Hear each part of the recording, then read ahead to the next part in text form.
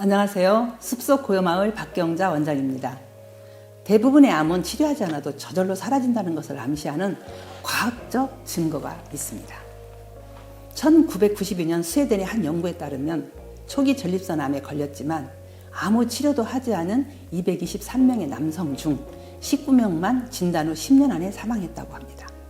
유럽 공동체의 남성 중 3분의 1이 전립선암을 가지고 있으나 그중 1%만 죽는다는 점을 감안하면 그도 암으로 죽은 것이 아니라고 합니다. 그 질병을 치료해야 하는지 매우 의심스럽기까지 합니다. 특히 연구 결과에 따르면 이 질병의 치료로 사망률이 줄어들지 않는다는 것입니다.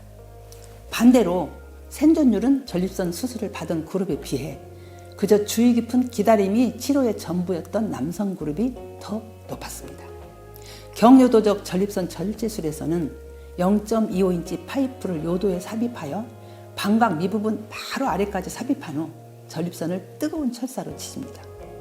이 시술이 안전한 시술은커녕 한 연구에 따르면 시술 1년 뒤 남성의 41%가 만성 요실금 때문에 기저귀를 착용해야 했고 88%가 성적으로 발기불능 상태라는 결과가 나왔습니다. 전립선암은 검진 절차조차도 위험할 수 있습니다. 많은 연구에 따르면 전립선 PSA 검사로 검진받은 남성들이 검사받지 않은 남성들에 비해 전립선암으로 사망하는 경우가 더 많다고 합니다. 영국 의학저널의 최근 사설에서는 현재 PSA 검사의 한 가지 확실한 점은 이 검사가 해를 끼친다는 논평을 통해 PSA 검사의 가치를 평가했습니다. PSA 검사에서 높은 양성 수치가 나오면 일반적으로 전립선 조직 검사가 뒤따르는데 출혈과 감염을 초래할 수 있는 고통스러운 시술입니다. 최근의 증거는 수많은 생체 검사가 전혀 불필요하다는 것을 암시합니다.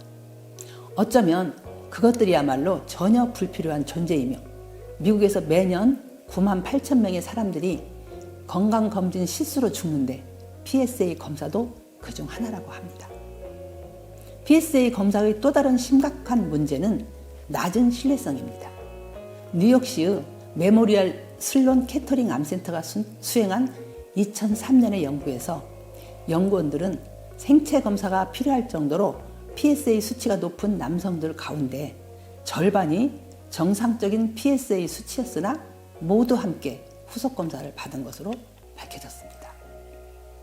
실제로 시애틀에 있는 프레드 허치슨 암연구센터의 의사들은 PSA 검사가 40% 이상의 과잉 진단을 초래할 수 있다고 추정했습니다.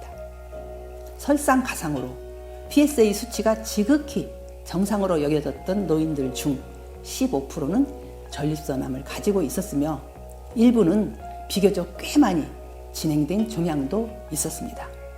그만큼 PSA 검사는 신뢰성이 없다는 것을 증명하는 것입니다.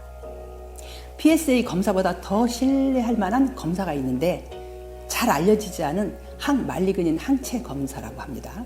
이 검사는 매우 안전하고 저렴하며 어떤 종류의 암이든 95% 이상 정확히 검진한다고 합니다.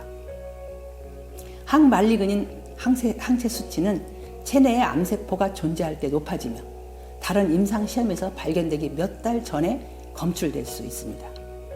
만약 남성들이 체내에 독소가 쌓이는 것을 피하는 법을 배운다면 전립선암은 가장 흔하고 가장 덜 해로운 암이 될 수 있습니다. 현재 초기 전립선암에 대한 적극적인 치료가 논란이 되고 있는데 사실 모든 종류 암에 대해 그것의 진행 상태가 어떻든 논란이 되어야 한다고 생각합니다.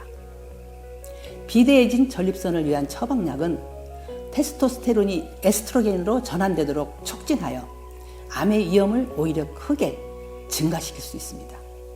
이 약을 복용하는 남성들은 심지어 여성과 같은 젖가슴이 만들어지기도 합니다. 또한 남녀 모두에게 권하는 유사 에스트로겐 식품, 대두 제품 등이죠. 그것들도 조심해야 합니다.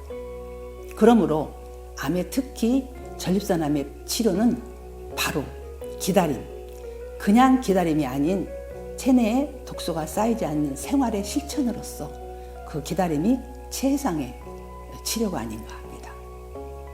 그럼 체내에 독소가 쌓이지 않는 생활은 어떤 것을 말하는 걸까요?